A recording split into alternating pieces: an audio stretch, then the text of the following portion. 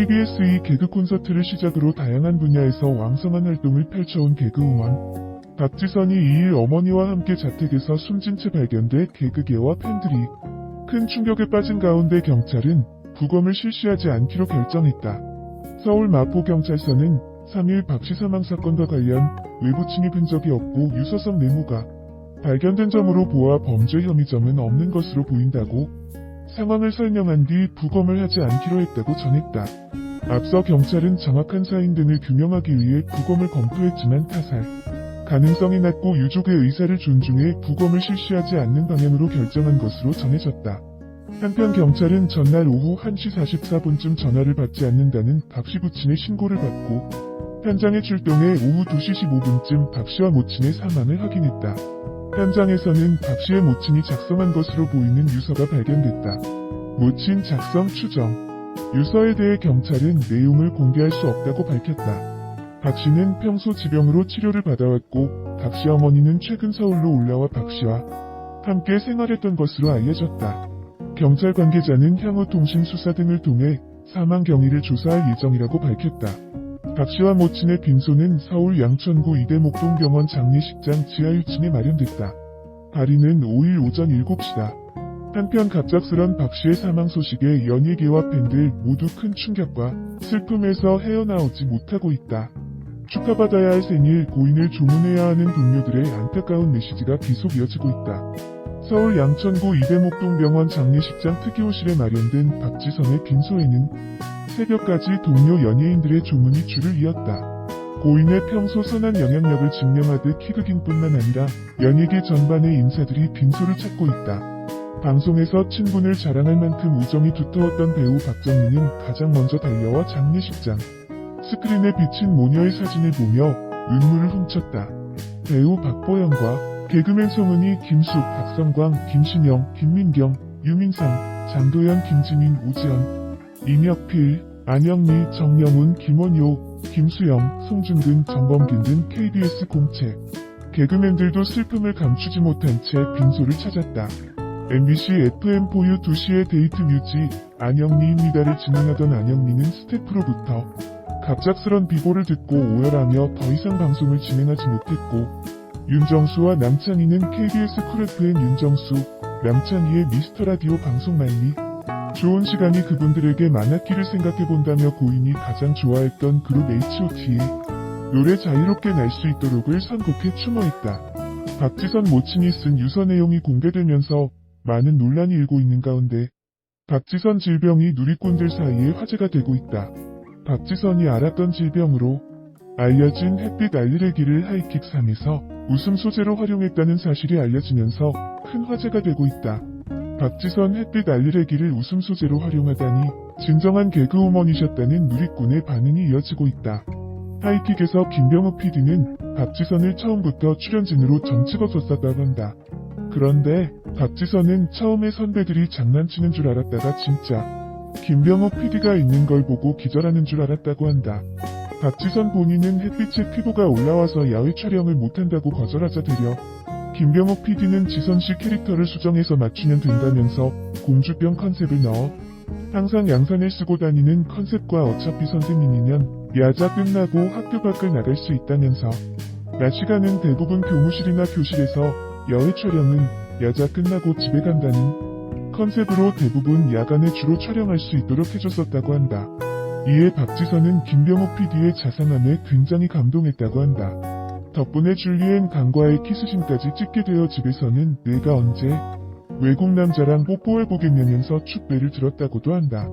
또한 개그우먼 박지선이 사망했다는 갑작스러운 비보가 전해지면서 생전 박지선이 지식채널이와 나눈 인터뷰 역시 재조명되고 있다. 2015년 EBS 프로그램 지식채널2에서는 사랑의 지선아라는 제목으로 당시 개그우먼 9년차였던 박지선의 학창시절이 소개된 바 있었다. 박지선은 다음 생에 다시 태어난다면? 이라는 질문에 저로 다시 태어나고 싶다라고 답하는가 하면 어떻게 개그우먼의 길로 들어서게 됐는지에 대해 얘기했다. 학창시절 내내 줄곧 1등을 놓치지 않았던 우등생이었던 박지선은 명문대에 입학한 뒤 교사 임용시험을 준비하다 교사의 길이 자신의 꿈과는 멀다는 것을 깨닫고 개그우먼의 길을 택했다고 한다. 박지선은 이에 대해 무대 위에 섰을 때 행복했다라며 하고 싶은 걸 한다는 게 이런 느낌이구나를 느꼈다라고 했다. 하지만 무대에서 얻은 행복 뒤에는 외모를 지적하는 악성 댓글도 이어졌다. 하지만 박지선은 저는 제가 못생겼다고 생각한 적 없다라며 독특한 매력이 있다고 생각한다.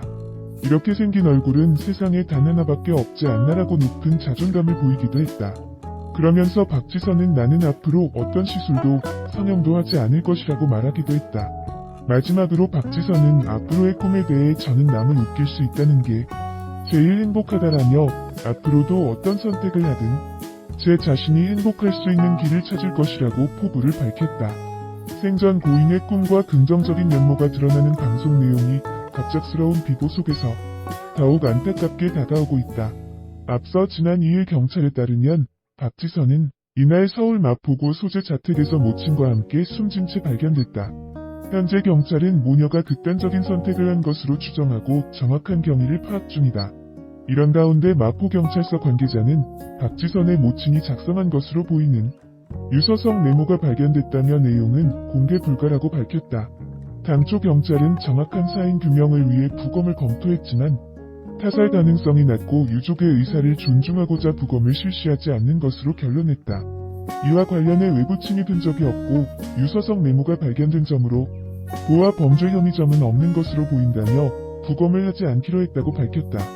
개그우먼 박지선이 2일 모친과 자택서 숨진 채 발견돼 경찰이 정확한 사망 원인을 조사하고 있습니다. 2일 서울 마포경찰서 등에 따르면 경찰은 이날 오후 1시 44분경 박지선이 부친으로부터 아내와 딸이 연락이 되지 않는다는 신고를 접수해 출동했습니다. 어떤 내용인지 지금 바로 알아보겠습니다. 경찰과 소방은 오후 2시 15분경 박지선 자택의 현관문을 강제 개방해 안으로 들어갔으나 박지선과 모친은 이미 사망한 상태였던 것으로 알려졌습니다. 경찰은 외부인의 침입 등이 없는 것으로 미뤄 극단적 선택을 했을 가능성을 염두에 두고 정확한 사망 경위를 조사 중이라고 합니다. 박지선은 평소에도 지병으로 치료를 받고 있었고 어머니는 상경에 박지선과 함께 생활했던 것으로 알려졌습니다. 스포츠조선에 따르면 박지선은 지난달 23일 이 매체와의 통화에서 금일 수술을 하기로 결정했습니다며 작은 수술이니 걱정 안 하셔도 됩니다. 11월은 회복에 전념할 것이라고 밝혔습니다. 전화를 끊은 후에는 걱정 안 하셔도 됩니다는 밝은 메시지를 보냈다고 한다고 합니다. 박지선 또 지난달 중순께 새롭게 프로그램 섭외를 받고 몸이 좋지 않아서 활동을 못할 것 같습니다. 큰 병원에 가보아야 할 듯합니다면서 거절한 것으로 알려졌습니다. 다만 그가 평소에도 앓고 있던 지병이 무엇인지는 알려지지 않았습니다. 그렇지만 이것이 이번 사망 원인과 제일 밀접한 관계가 있는 것 같습니다. 박지선의 부친이 아내와 딸이 전화를 받지 않는 것을 이상하게 여겨 신고했고 경찰이 출동해 이들이 발견했을 땐 이미 숨을 거둔 상태였다는 게 경찰의 설명이라고 합니다. 박지선과 모친 모두 외상은 확인되지 않았습니다.